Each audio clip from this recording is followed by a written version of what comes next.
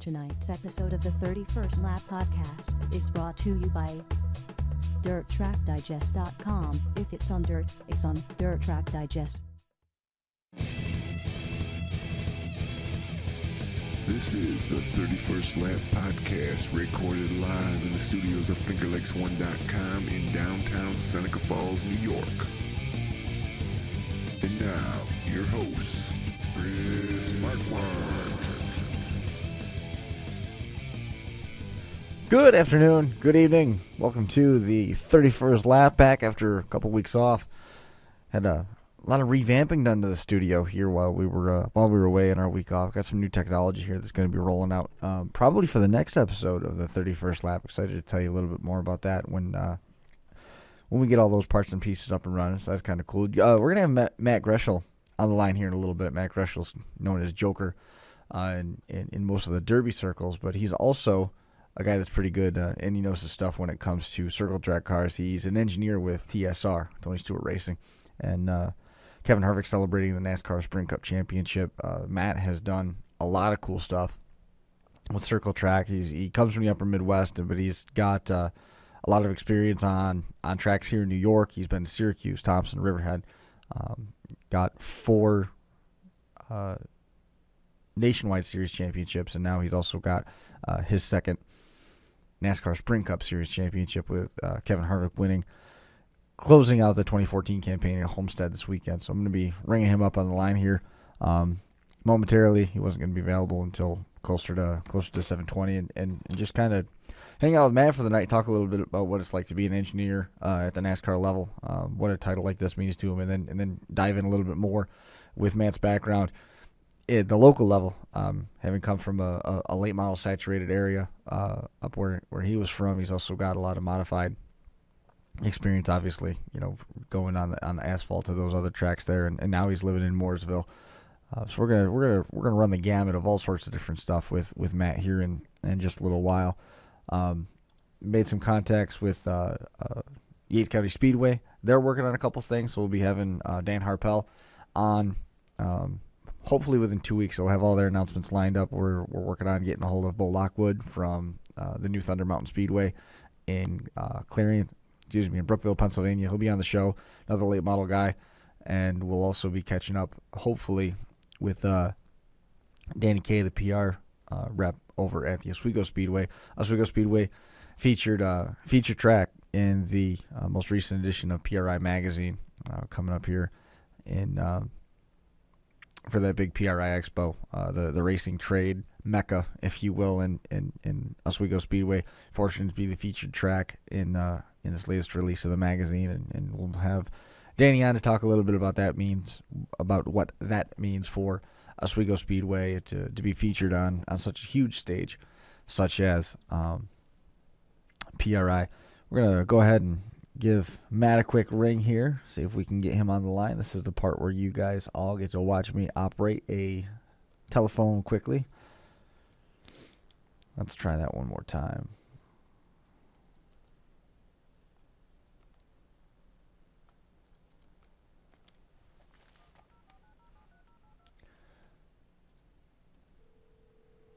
We'll have Matt on the line here momentarily.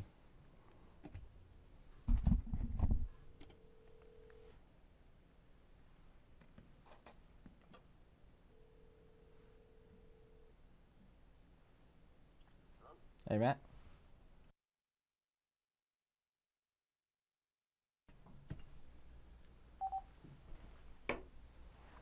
And joining us now on the line, we have one and only Matt Groeschl, Joker. Matt, man, I appreciate you coming on the show tonight and hang out with us here for a little bit, talking about NASCAR and circle track and stuff here on the 31st Lap. Yeah, thanks for getting me on. Week's been a little rough, trying to get anything done because, as most of you know, we won a championship last weekend, and everybody wants to celebrate, but we also have stuff to do. So everybody wants to celebrate, but we all have stuff to do, so everybody's just kind of in limbo this week trying to get done. I guess one of the first questions that I had, especially when we were talking on the phone Saturday night when I was in Topeka and you were on your flight headed down to Homestead, how much pressure is there on the engineering staff at the NASCAR level. I mean, it would strike me that you don't have an easy job, regardless of the pressures that come with operating at the Sprint Cup level, and that Sprint Cup level has just got to add to that pressure cooker. It is tough because, now we're not taking cars to the racetrack anymore and finding speed and making them fast and making changes to make them fast. It's all done at the shop. If you go to the racetrack and you're slow for the weekend, and that's what you got. Practice is only so long. We only get, 55 minutes of practice. So, if the car's slow, it's tight, or it's loose, or whatever issues they have, there's 50 things that we can try, 10 hours worth of stuff to throw at it, and you have 55 minutes to get it right. So, on the engineering level, we've taken on simulations and wind tunnels and 7-post rigs and different tools to get us practice before we actually get there. So the challenge comes where you try to simulate correctly, test correctly. A dyno is not the racetrack. A wind tunnel is not the racetrack. So how to use that information correctly and how to look at it and not get fooled by things that aren't, there's no bumps in the wind tunnel. There are bumps at the track. The engine dyno doesn't have fluctuating, air temperatures, but at the racetrack it does. So, nothing's the same as being at the track, but, we do use a lot of tools at the shop before we go to try to get that stuff closer, try to make a lot more grip, to try to, make a list of things for the crew chief to try before they, as they get to the track, try initially, a little cheat sheet for them. 7-post rig, you run across a lot of shocks and things like that for him to give him options when he gets there.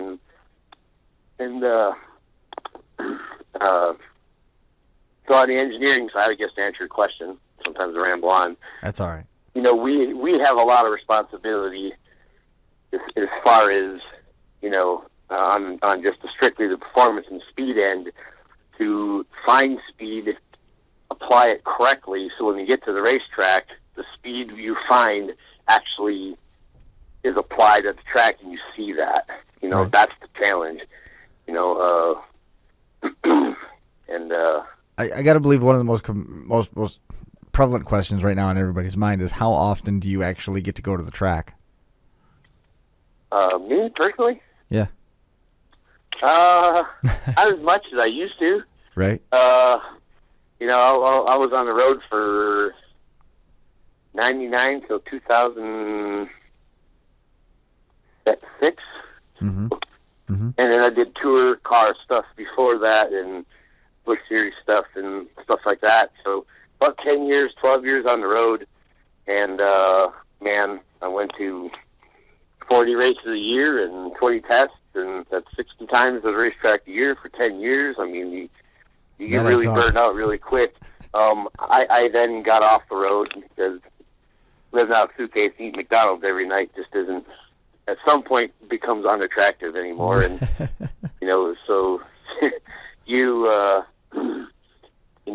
find stuff at home, your family, life, things like that. Right. That draws some of your attention. So, as you get older, you find a little job in the shop, but you still end up going to the racetrack a few times. I go to test. I don't go to races. Mm-hmm. Although I did go to Michigan this year. NASCAR had some rules. They had a few things that were changing, and it was kind of in their inspection line, and sometimes you get an extra pair of eyes that's kind of lurking in the shadows, watching what's going on, trying to interpret what they're doing so we can take that back to the shop and, kind of do what they do. Right. So once in a while we send people just to hang out and watch the process and see how it goes and just be support at the track. And in case they need something over and above what they already have, I'll go.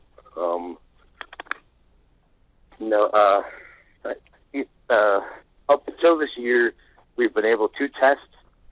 So 4-car organization goes, I think we tested 20 times this year. Oh, so I'll go occasionally with them. But now, 2015, no track testing whatsoever. So they've eliminated that now. Right. So now your wind tunnel is more important. You're going to spend more time there. Your test rigs, you go to the racetrack and test radiators. Well, now you can't do that. So you're going to have to test it on some sort of rig that you build a nose of a car on and some great big fan that blows in it, and or go to the wind tunnel and try to do it there, or That's so. And that's the stuff that I'm involved in is, find me speed, find me speed, find me speed, find me speed, and with testing less and less and practice time getting less and less, it's becoming that much more important in engineering to, find speed at the shop. Right. We have a lot of simulation programs. We put our whole chassis and bodies in, and we run laps. And it basically almost tells you what kind of lap time you can run at that track, having a profile of the track. right. And the grip number on that tire. So, there's a ton of engineering that goes into this stuff. And then the other side of engineering is parts and parts development. Right. So lighter pieces, stronger pieces, cheaper pieces, more higher quality pieces. And you got a lot of guys that draw and draft and design and are constantly pounding out lighter and lighter parts, How many parts And, do you design before you get one that actually goes into production? If you can answer that. I mean, I got to believe that the R&D part of that has got to be just mind blowing, and you make so much stuff. It seems almost like a fruitless labor. But when you finally do get one that goes into production, that's successful, holds together, does what you want it to do, that's such a closely guarded secret because of how competitive the industry is. Yeah, it's tough to answer that. Some things you can shoot right from the hip. I got a great idea. You make it. It works out. Take it to a test. It doesn't fall off the car, and you go with it. And some things you refine and refine and refine. It never stops. But the process is always the same. You have an idea. You make a drawing. From a drawing, you make a prototype. We got guys who just prototype parts out. Wow. From that prototype part, you take a look at it and see if it's actually what you want. See if it fits on the car. Does it fit on the car? Does whatever bolt to it correctly? Are the bolt spacings right? Are the threads right? Is this, that? Is it work the way you want it? And then we'll take that drawing and we'll FEA it. There's a engineering program where you can stress parts. Right. You can do it in SolidWorks and Kia and a couple other software programs. Steering coupler, for example. It goes from the steering shaft to the steering wheel. It's the piece that holds quick disconnect, or there's lots of different variations there. You can only make that so light before you turn the steering wheel and it breaks off. Right. But where's that point at? We want that as light as possible, but heavy enough to not break. And it's the driver's butt. So you got to be very careful which parts you work on, because it's not a it's not a shifter handle that breaks off where you just coast to a stop. You lose the steering wheel, you're in trouble. So it's a sensitive piece. So I what we'll believe do is you'll put the steering shaft in the model, and the steering wheel in the model, and the steering coupler in the model. You'll constrain the steering shaft down at the box, and we'll put steering angle into the steering wheel, and it'll stress out that steering coupler until it breaks, and it'll tell us at what poundage it breaks. And you can modify parts of it and break it again, modify parts of it some more of the drawing, make it thicker here, break it again, run that program, run that case is what it's called, over and over again, keep adding and subtracting material from certain areas of it until you get to what is a safe load with the littlest amount of material to do that. How much time did you spend? How much time did you One, spend in the put school? it on the car and we'll test it at a track, and if we're happy with it, we'll put it in production, make 50 of them, and put them on a race car. I saw one of your posts on Facebook. It was a lengthy, almost a dissertation, if you will, on oil technologies and all these different specs and stuff like that. I mean, how much time did you have to spend in school before you got to the point that you're at right now? Yeah. Do you want to reflect? And sometimes it's not enough, because I'm 40 and I meet some kids that are right out of school and they know all the stuff that I don't know. Right. And I'm thinking to myself, did I not go to school long enough? Did I miss something? I sit through some class about, about fluid dynamics, or what did I do? And right. Did you? I mean, growing up, were you always into motorsports? I mean, we know you're into the derby stuff, and you've reached this. I mean, this is a dream job for so many different engineers that are into circle track and NASCAR and stuff. And here you are living it. You got 2 Sprint Cup championships. You've got 4 Nationwide Series championships. When you were a kid growing up, were you always into? I mean, were you at the dirt track all the time, or the local circle track anyway? Yeah, I mean, some people are born to be basketball players, because you're tall, you're long, you're lean. Some people are born to be wrestlers because they're short and wide and, muscular. And, some people are born to be swimmers and runners. And, some people are born brain children. They're just predetermined to have, smarts come from their parents. And me, I didn't have anything. I wasn't I wasn't big, short, tall, smart, nothing, so I figured out early on I'm going to have to dive into something really deep, because I'm not, there's nothing pulling me a certain direction. So I grew up in around the Madison, Wisconsin area, and Grandma owned a farm off of the overflow parking at Madison International Speedway is her property. Mm-hmm. But when they have big specials, they don't park in her backyard. So, I always hung around down there on the farm, and Cousin John, a little bit older than me, racing a little this, a little that. And when they'd have races on Friday night, if the kids went and cleaned, helped pick up all beer cans, put them in bags so the track could recycle them, they give you a free pass for the next week to go in and watch. Cool. So every week I would clean the track, watch for free.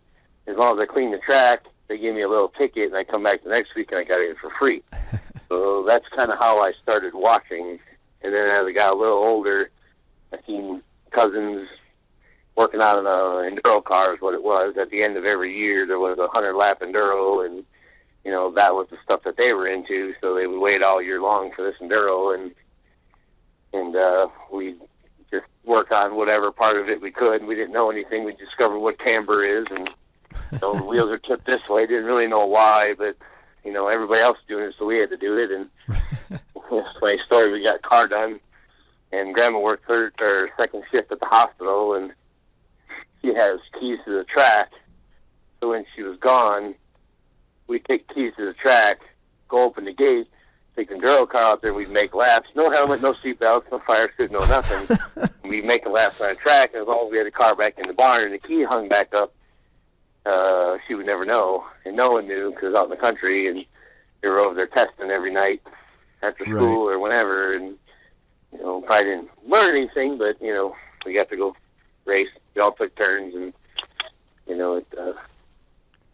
but from there, it just you figure out real quick if you get the bug or not.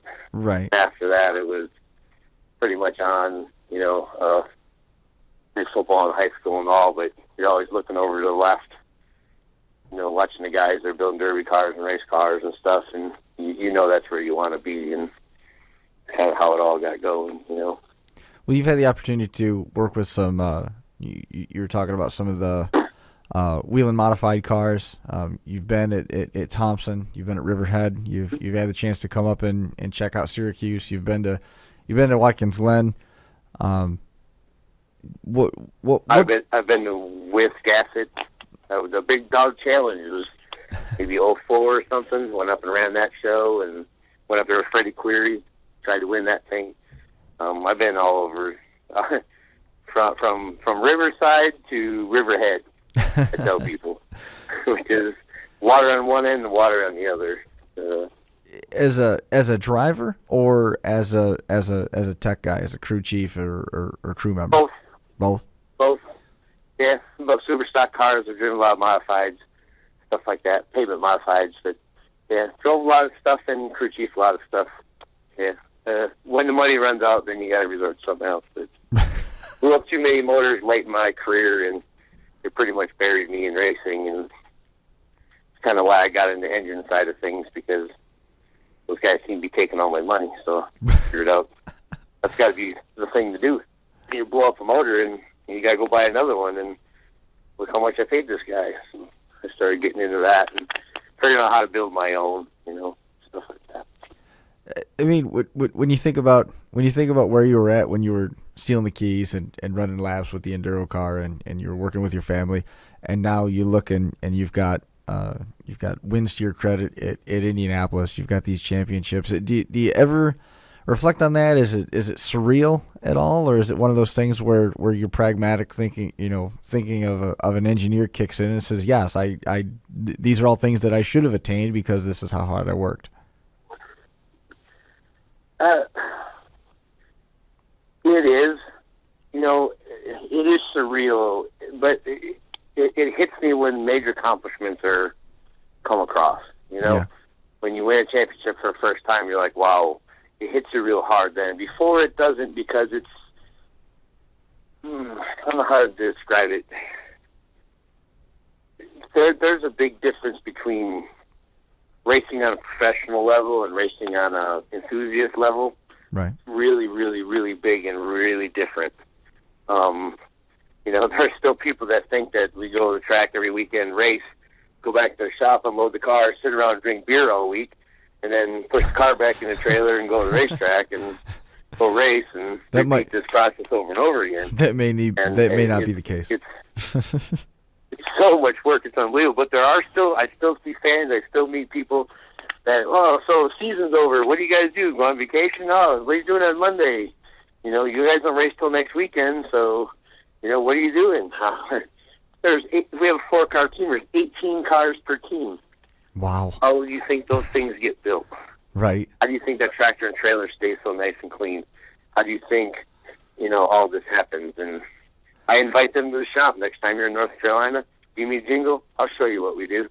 And I'll run complete strangers through the shop, and then by the time I'm done with them, they understand what goes on. But it is surreal in a way, because you know where you came from, and you see all those guys that are still doing it.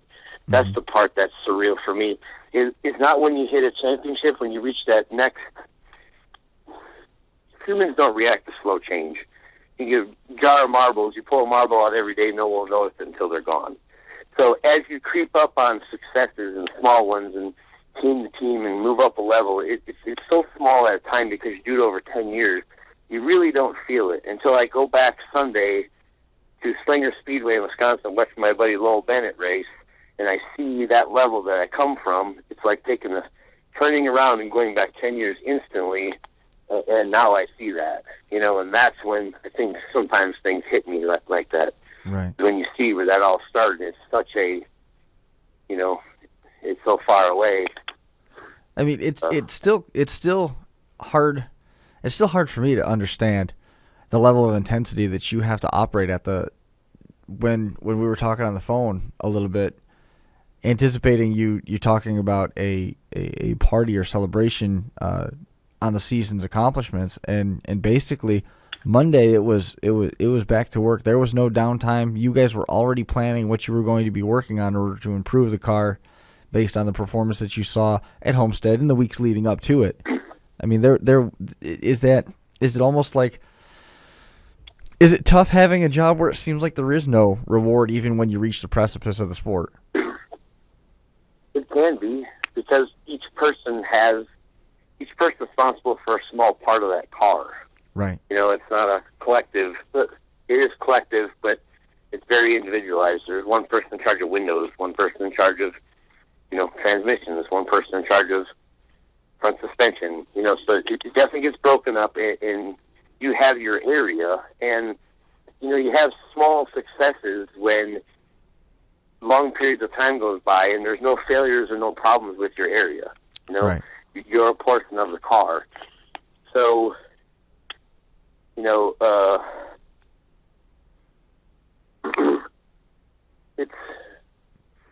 it's successful for the guys on the road and the pit crew and the crew chief when they win a race, because that's their portion of the project. You know, We handle the engineering part. That car is built. Our portion of that Homestead car was done 68 days ago. Right. We're done with that car. We're on to the next car. So when we win, it wasn't that we just finished that car this week. We finished that car a couple months ago.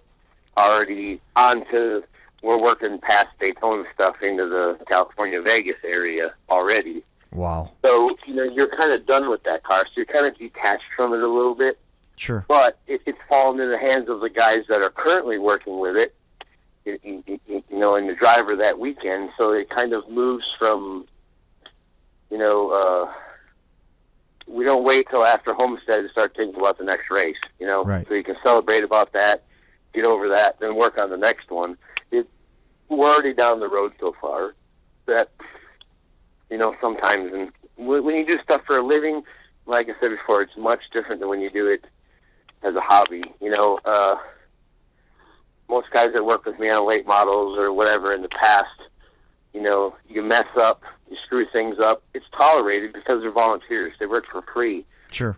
So, you do the best you can, and sometimes you have failures, but the guy's working for free, so what do you say? You just got to work with them and hope everybody learns, and you keep the same group of guys together, and you sort out all your issues, and before long, you're moving forward. You have success. In this sport, you got to perform and you got to output a lot of stuff. You have to contribute to the speed of the car and the performance of the car, or you're fired. It's cut and dry, especially in engineering, because you're performance driven sport. It's not production. It's not a contest. Right. You can build the most cars in the least amount of time for the least amount of money. We're not into that. We're looking to build the fastest car we can. Right. And then the next car needs to be better than that one yet. Sure. The next car better than that one yet. So when you guys design and build a car and it's done, the next one, you have to come up with something bigger and better. You have to top yourself. Mm-hmm. So you are your own competition, not the other guys on the track or in the other teams. It's all right, you made this part, look at, yeah. Now what's next? What's on top of that? And then what's on top of that? So it's this driving, and there are some guys that don't keep up with that, Right. And it is tough to, and they fall behind. And, I've been an engineer for this place this spring will be 10 years for this one company, and that's unheard of. Have an employee of a race team be around that long, especially an engineer. They tend to get complacent and want to seek other positions. They want to move up. They want to move left or right. And sometimes if you can't do it within your company, go somewhere else. Right. Not really unlike any other job, but it just seems to turn over and happen that much faster here. So it can be challenging at times to try to keep on top of things and keep offering stuff to the crew chief that makes the stuff go faster and better and more. And it does get intense. It does get hectic, and there are some late nights, and there are, a lot of effort put into those things, What we talked a little bit about the enduro cars. We've talked about derby cars. We've talked about NASCAR level competition and late models, asphalt modifieds. What's really your favorite division? I mean, what's the one division that you really, really still enjoy? I like IMCA modified. Yeah. Now, why is that? Yeah. Now, it's been a while since I've dealt with them. Because Mike Worth's motor was out of an IMCA style modified. I think, an IMCA modified or IMCA stock car. Yeah. I think the rules are terrific. It keeps you in tight box. That sanctioning body's one of the best in the nation. Right. And it puts on a great show, and it's great racing. The tire complements the car weight and the car performance, and the engine size, works with that. And, every time I go back home, Boomer or wherever I go to Wisconsin, we go watch, IMCA stock cars or modifieds, and, along with the modifieds too. It's the right tire and the right motor and right combination of stuff. It puts on for a really good race, and those are I think the ones I enjoy the most. The rules that are carried out by IMCA are pretty decent, and I think it keeps them pretty tight and locked down for as locked down as you can keep rules, I guess. But do you still enjoy going to races? those guys, Is it still easy to be a race fan? no, it's not easy to be a race fan at all. And sometimes I have never watched a NASCAR race from the stands in my life. Right. That kind of blows away people at times. I've been to 600 racetracks for races, but I've never been outside the racetrack and watched one from the stands. It's kind of strange. I like the technical part of it. I like watching drivers drive and do what they do, and watch them and how they do things different than everybody else. When everybody's given the same thing, how does that guy go any faster than that guy? Right. That's what I want to know. We all have the same cubic inch rule. We all have the same head rule. And they tech them. They tear them apart. They all buy the same tire from the track. You all buy the same chassis. You all run Penske shocks. Why is that car faster than that car? That's what I'm attracted to, Right. Fan, I wish I were more of a fan because I think I would enjoy it more. But there's just wires crossed in me that I like that part, but I like that other stuff even more. And I'll go look at that car and I'll take it apart and we'll find out why that's doing what it does. And well, I mean, that's part of your wiring is to seek out the smoking gun and find out why. Yeah, whether it doesn't matter what it is. You should see me at home. My wife just hates it. It doesn't matter what it is. It's got to come apart. It's got to get played with, even if it's not necessary. It's a $2 thing. Throw it in the garbage and buy another one. No, I need to pull it apart, and I need to justify why it did what it did, and it kind of annoys me at times, but What did you think of I wish I were more of a fan, but right. you get deep into engineering in these teams, in these NASCAR teams, especially at Stewart-Haas Racing. You become programmed and you work in a certain path, and you're back and forth on that same path, and it's a mindset. Engineering isn't just big numbers and stuff. It's a way of thinking. Right. You do that your whole life. Especially for racers, and I know there's a lot of racers out there, and they live and die by this stuff, and it's a way of life, and it's no different. And you run up and down that path. Wife asked me if I want to go to the Trans-Siberian Orchestra. I'm like, why? She's like, let's do something other than that. And it's tough to bring myself to do those things, but sometimes she makes me, and I don't regret it, but it gets a little tough at times. I wish I was a little bit more of a fan, but I do. A lot of places I go to, I went to Michigan this year, had to go there for a race for other reasons. I went and watched a race at some local track Friday night, and riding some guy's derby car Saturday night, and I'm a fan of a lot of that stuff.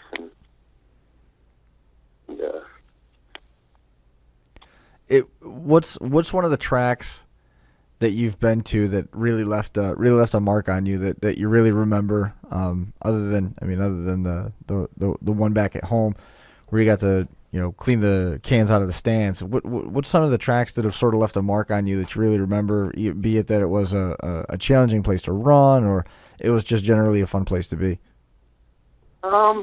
Two, one big, one small. Columbus Speedway in Wisconsin. Okay. It is a very odd track. It's shaped like an egg. It's 4 wide like Daytona at one end and flat 2 wide like Martinsville at the other. Probably one of the most trying racetracks I've ever been on. Had a super stock car and went down there for some special, and I was just the slowest thing on the planet in practice. I could not figure out how to get around that place. By the end of the night, I ended up winning the race.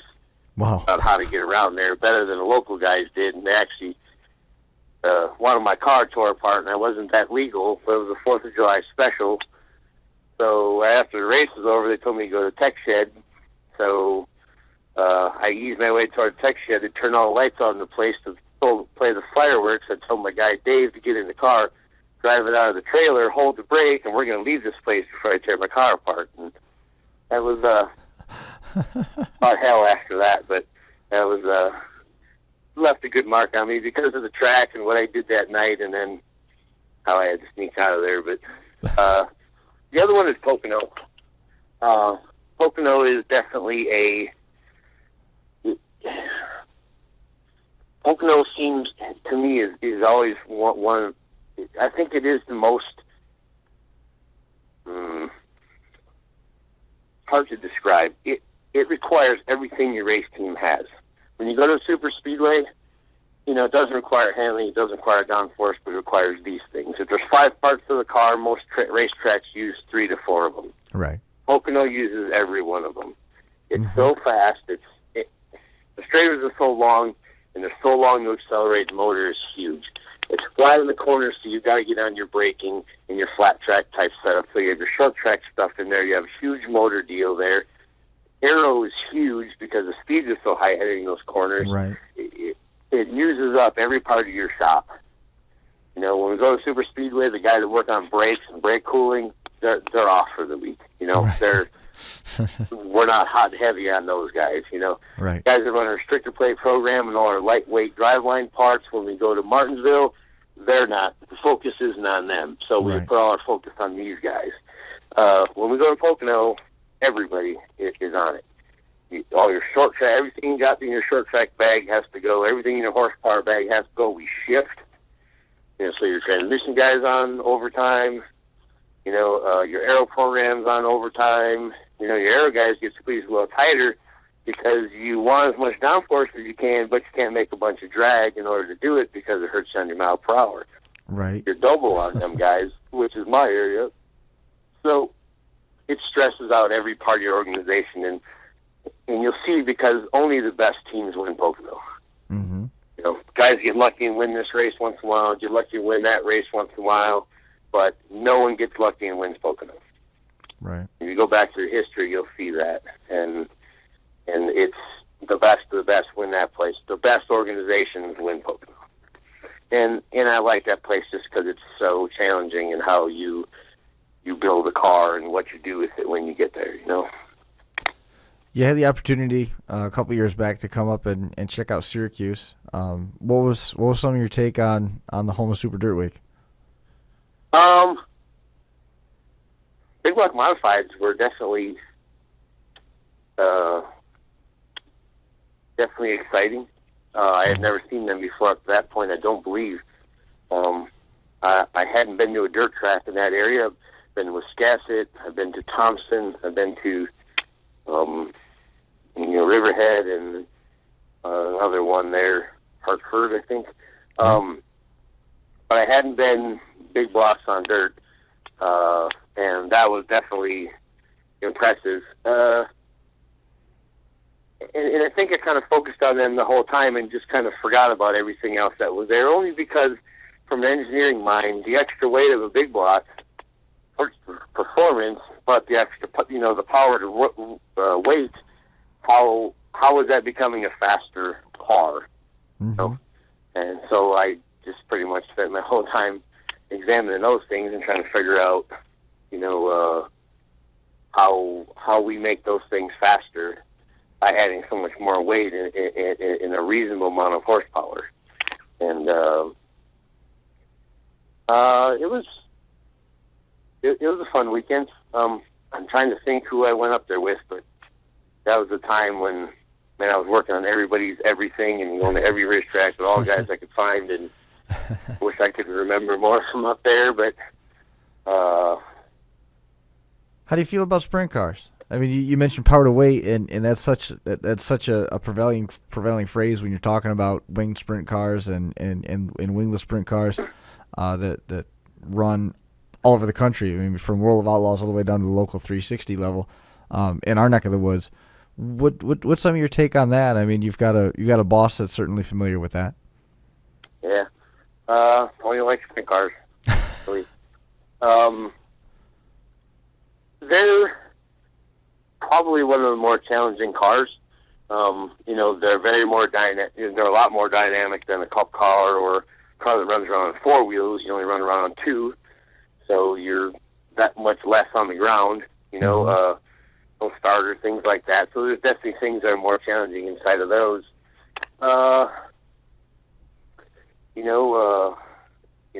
The rules are pretty much open on those things. You can do a lot. You can cut as much weight as you want. You can go as much power as you want. Sprint cars are definitely,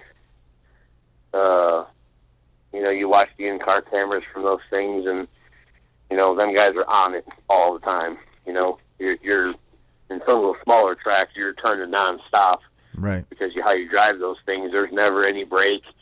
I don't know how long you can actually run those things before you run out of gas, but right. It's definitely challenging. Even short race, some guys get out of the car and they're wasted. So right. But I did, Guy Schatz was in the shop one day, and he knows I derby and stuff, and asked me where I was going this weekend, and I don't remember. I told him we were going somewhere, and he's like, "You still doing that?" I'm like, "Yeah." And I think you've seen a picture at one time of a cage in a derby car, and he looks at it and he's like, "That's the cage." I'm like, "Yeah." And you guys run into each other? "Yeah." "You do it on purpose?" And I said, "Yeah." He's like, "Are you crazy?" I'm like, "Me? You're the one that drives the sprint car. Right. And you're asking me if I'm crazy? You're crazy. Some things are nuts. I mean, you're riding on one tire, half the lap. I mean, 80% of the wheel load is in the right rear, and you just, hang on and direct it. You don't get to control it. You get to direct it and guide it, and I think sprint cars probably, World Rally cars and sprint cars are probably the most challenging things to drive, I think. Yeah, just because you don't actually control it, like what you said, you just guide it. You kind of just point in the direction and it goes there. Yeah, I don't think it does. I mean, it's a lot of horsepower and no weight. Your acceleration is huge on those things. I mean, they accelerate way faster than a Cup car and a lot of other cars, and not a lot of steer in there, so it's all gas pedal, and you put forth some effort to aim the thing and hope it keeps going that way, and the next bump you hit, hope it doesn't throw you off. Right. You ever driven one? Have you ever driven one of those? Pointing the wrong way. Alvin, Texas, I drove a sprint car for a guy named, I drove one time for a guy named David Horner. Uh-huh. Lives in Houston. It's a little dirt track, quarter-mile dirt track just south of Houston. And it was an exhibition night. It's not actually a really big track at all, but it's they had an exhibition night, and David had one and let me drive. And I think I was probably the worst thing on the track. It was terrible. But I had never even sat in one until I went to race it. So, it was a Texas Super Sprinter. I'm not sure if that's not a full-blown World Outlaws car, but it has a weight rule, I believe, and it has a starter on it. So it's a little bit different, but then they were considered Texas Super Sprinters. I'm not sure if that group of race cars is around anymore, but it definitely has a starter, and which got me going and got me on the track, and I think there were 15 of us, and I'm sure I was toward the back, and just trying to figure out how to drive those things, and I'm trying to drive it like a pavement car, and it doesn't like that at all. And it took until the end of the race for me to figure that out, and after I got to figure it out, I don't think I was too bad, but I was pretty terrible. The opportunity to drive in so many different places. I mean, to go from coast to coast. I mean, just like that, just one-stop shop. In the sprint car in Texas, you turn around and you're with another team up in Syracuse down the line. And is there any one night that sort of stands out? Be it that you had the headset or you had the steering wheel, that you just think back on this thing and you're like, wow, I can't believe we accomplished that. Other than that night in Columbus. One of the most thrilling nights for me. I mentioned a guy named Lowell Bennett. Mm-hmm. He's a late model racer in Wisconsin. definitely a talented guy, especially years ago, won Flinger Nationals and run red, white, and blue stuff and all that tour, little series stuff up in there. But he wanted to do some bush racing. Mm-hmm. And every dime he's got. And this is the time when the Bush Series, when Bush North guys would come down, run down here, where there were 60 cars and they took 43 and 38 not on points. So you had to qualify half the field. He wanted to try to qualify for Richmond, being a late model driver. Mm-hmm. And I was actually between jobs. I had just left Roush at the time, and he's like, "Do you want to help me?" I'm like, "Yeah." They bought a car from Base Motorsports and rented a motor from Carl Wagner and threw it all together. And I went up for a week and cut and chopped and that thing and made it the way that I thought was right. And I drove the toter home all the way to Richmond and with all his late model guys. And he had never seen the track before. Had never been on anything D-shaped. Mm-hmm. He's been on everything that has symmetry to it. And, so it's definitely challenging track alone, let alone a different car, a different tire, and just a whole different program. And we struggled in first practice and got the car better, and put the screws to it for qualifying. Unqualified half the field. You watched Kenny Wallace go home. He watched Dave Blaney go home. He watched a dozen guys from East Coast regulars in the Bush Series, qualified these guys and watched them load their stuff up and go home. And qualified, I think, like 23rd. And the smile on his face and his wife's face is just priceless. And his crew guys, get to stand there and watch all these trucks and trailers loading up and going home, and they're not part of that. Right. To show up, next to a 53-foot trailer with a toter home, the only one is definitely intimidating, and to put the juice to it and get it done in qualifying and get himself in the show, and I'll qualify all those guys. That accomplishment alone is a ton more than a lot of guys can say they have done, and end up racing pretty decent that day. We didn't have the greatest pit crew. We couldn't afford a big pit crew or anything, so I think we run in the 20s, and I think we finished there. Right. But to take on something that big,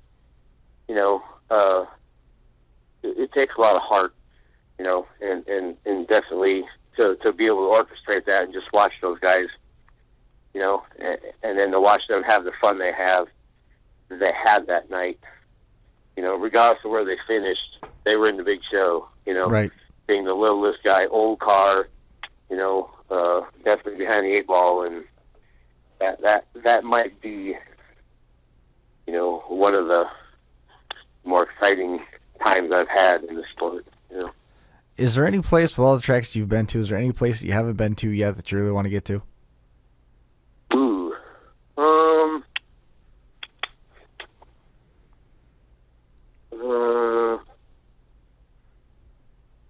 there's a road course in Oklahoma I've never been to. I hear about every great while. Yeah. There's some late model guys that run up there. Romco Series. Mm-hmm. I think I hear about that once in a while. The series, Oklahoma, Texas. It's Romco. It's a huge construction company. They sponsor a tour late model series, and the late models run a road course. So, they do that out further out west, and it's not something you see around here. But Right. It's they have 10 left-hand turn tracks and then one road course, and I thought, man, that'd be great to get out and watch some guys do that. See who can drive and who can't. Late models like Pro Cup, Super NASCAR. late, like a straight rail. You're talking like straight rail, 58% car. Right.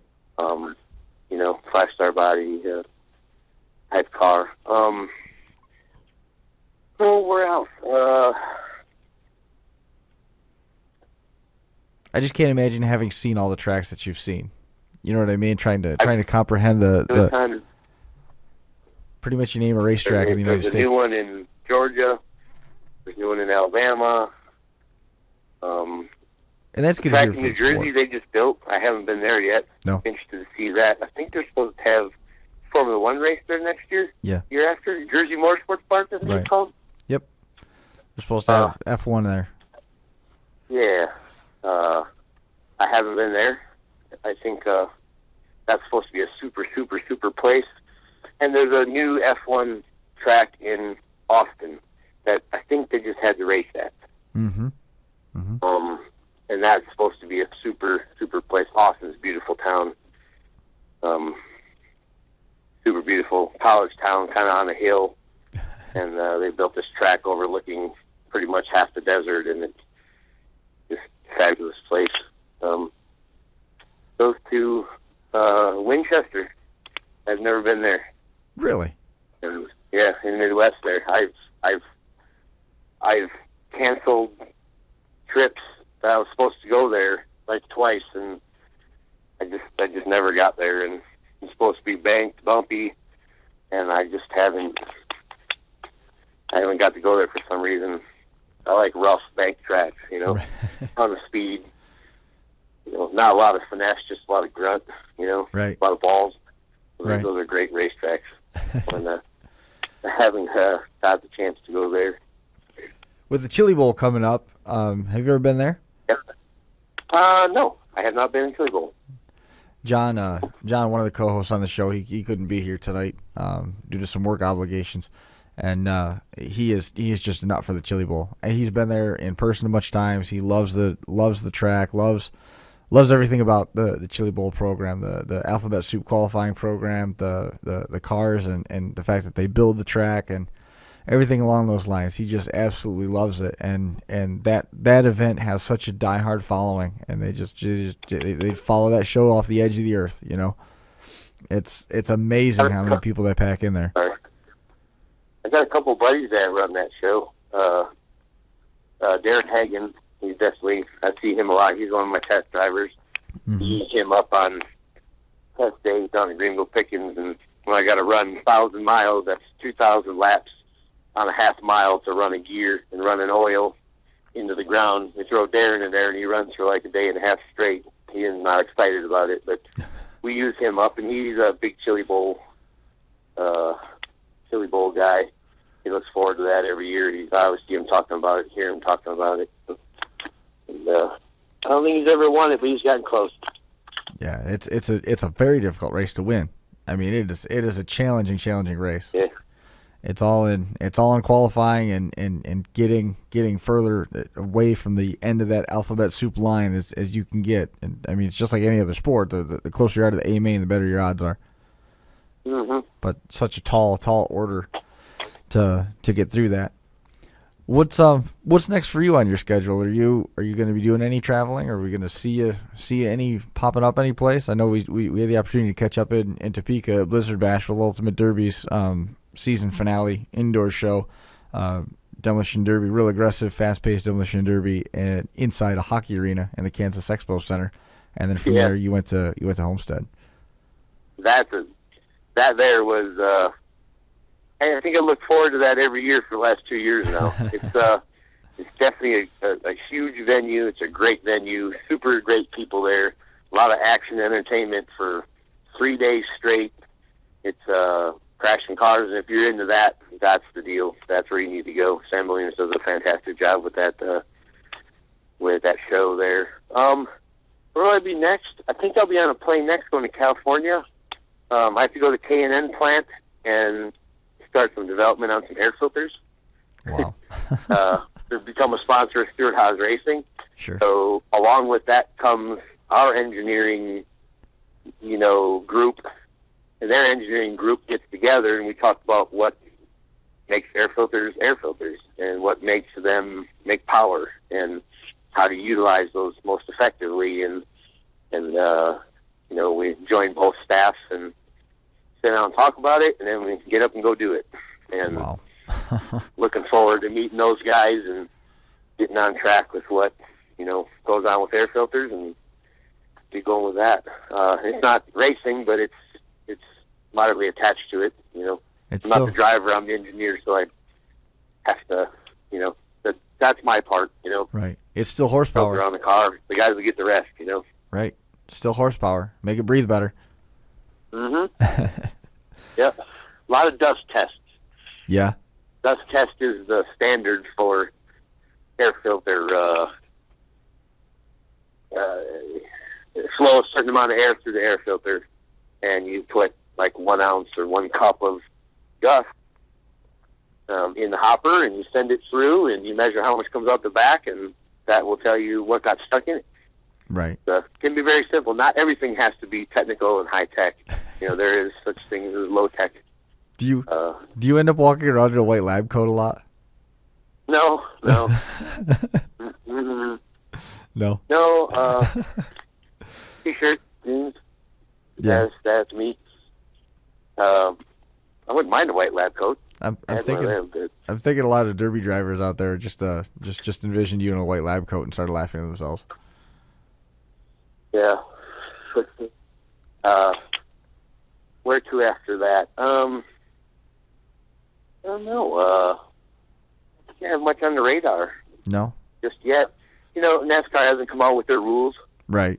for next year quite solidly yet. There's still a few things, but it always seems to be the one domino that we're waiting for. So all the rest of them fall, and then we can go to work.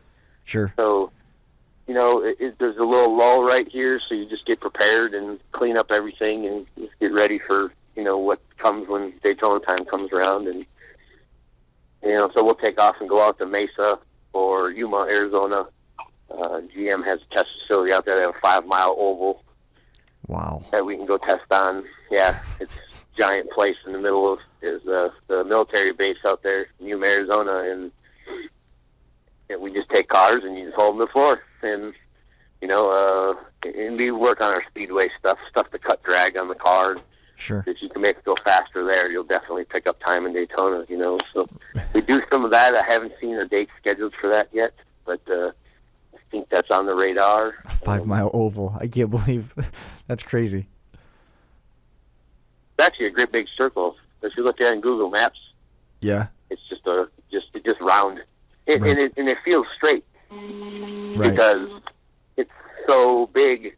You don't even turn the steering wheel. You just hold. You think you're going in a straight line forever, but it's actually a circle, and it's a pretty neat place. They have all the production car stuff down on the apron, doing stop and goes for 8 hours straight with big trucks and this and that, and we get to run the bank side of it, and pretty neat place out there Chevrolet's got. That's impressive. I mean, that I can't even imagine. You got to be able to. Do you ever get to take the car on that thing without the restrictor plate on it? Yeah, we'll run some open motors there. Yeah.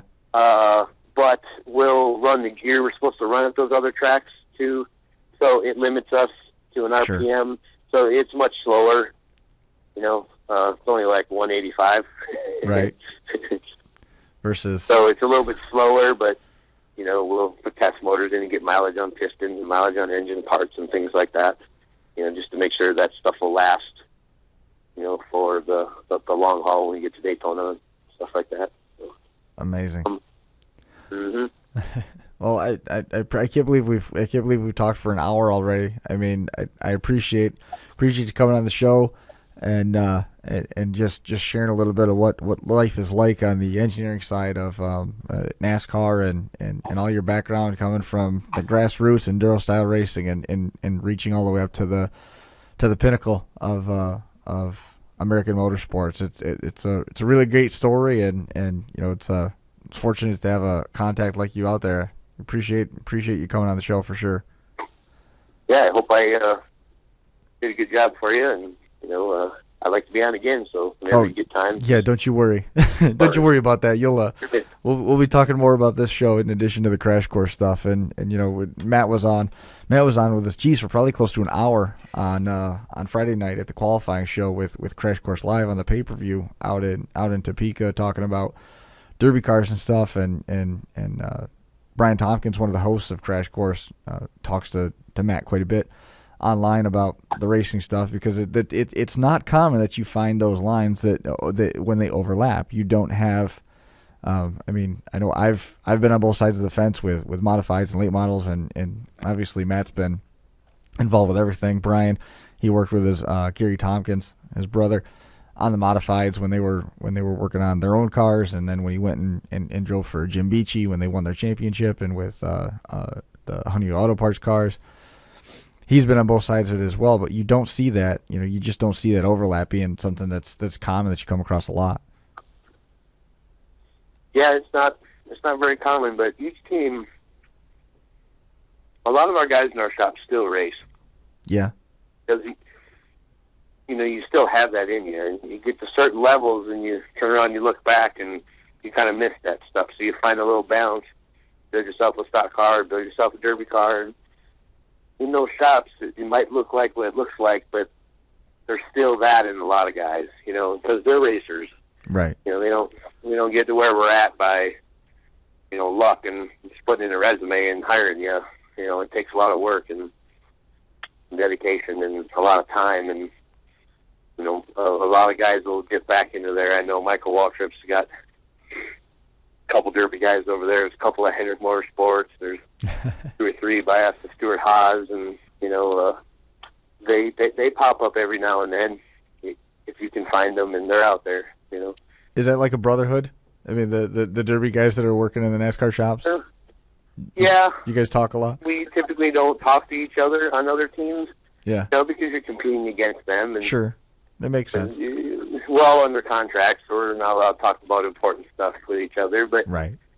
But we all know we all share the same things. We all share the same likes and the same passions, and you can kind of break through that once in a while. You hit on a derby guy, and I do that too, and then you're off and running. Then right. Do you upon stories, and and you kind of get together after hours, and get together on shows and things like that, and they do pop up every here and there, every now and then. But do you ever get to drive through one of the Michael Waltrip crew guys? No, I consider him more of a friend. Oh, okay. A foe. Yeah. He's on my side of the fence. Yeah. Everywhere I go around here, they see me show up, and instantly everybody wants to junk me. Not sure why. I don't really have any enemies, but everybody likes to beat the Joker, so it's I'll take anybody on my side. So perfect. Well, yeah, you don't want to be all by yourself all the time, right? No, it doesn't work out very good. Usually my wheels are laying on the track by the end of the night. So. Well, man, again, I can't say thanks enough. I appreciate you coming on the show. We're gonna probably just about we're gonna wrap this thing up. And again, thanks a lot. And I definitely look forward to having you on the show again. I know this is something that we've talked about doing in the past, but we never really brought it around. We had the opportunity tonight, and I know that John and Mike, when they get back from their duties, when they get here in studio, they're gonna want to have you on again, because I know they've got a million questions for you as well. All right. Well, I look forward to it. Give me a ring anytime. You bet, man. Thanks a lot. No problem. Thanks, Matt. There goes Matt Groeschl, the Joker, down in Mooresville, North Carolina. Thanks again for to have him on the show. Fortunate to have a good friend like Matt who's around that can be available. We ended up getting in a little bit of a pinch here tonight with Mike with his parent-teacher conference, and then John not able to attend, so we got that put together. And again, great appearance by Matt Groeschl with Stewart-Haas Racing, and congratulations to that crew in winning a championship. We'll have Matt out again. If you think of any questions or anything that you want to ask us about on 31st Lap, or any questions for next time he's on the show, by all means, send them to us on Facebook, and we'll run those by Matt next time he's on, because I know he'll be on again. That, I think, is going to do it for this edition of the 31st Lap. We've been here for just about an hour. Appreciate you guys hanging out with us. I see we got a couple live viewers watching out there at home. There's going to be the show will be posted here in just a few minutes after everything wraps up. That's going to do it. We'll be back here probably. I believe we're going to be back here next. No, we won't be. That's Thanksgiving. Going to be a week after that. We'll be back here the first week of December. Another episode of the 31st Lap. We appreciate you joining us here on FingerLakes1.tv, and we'll see you next time.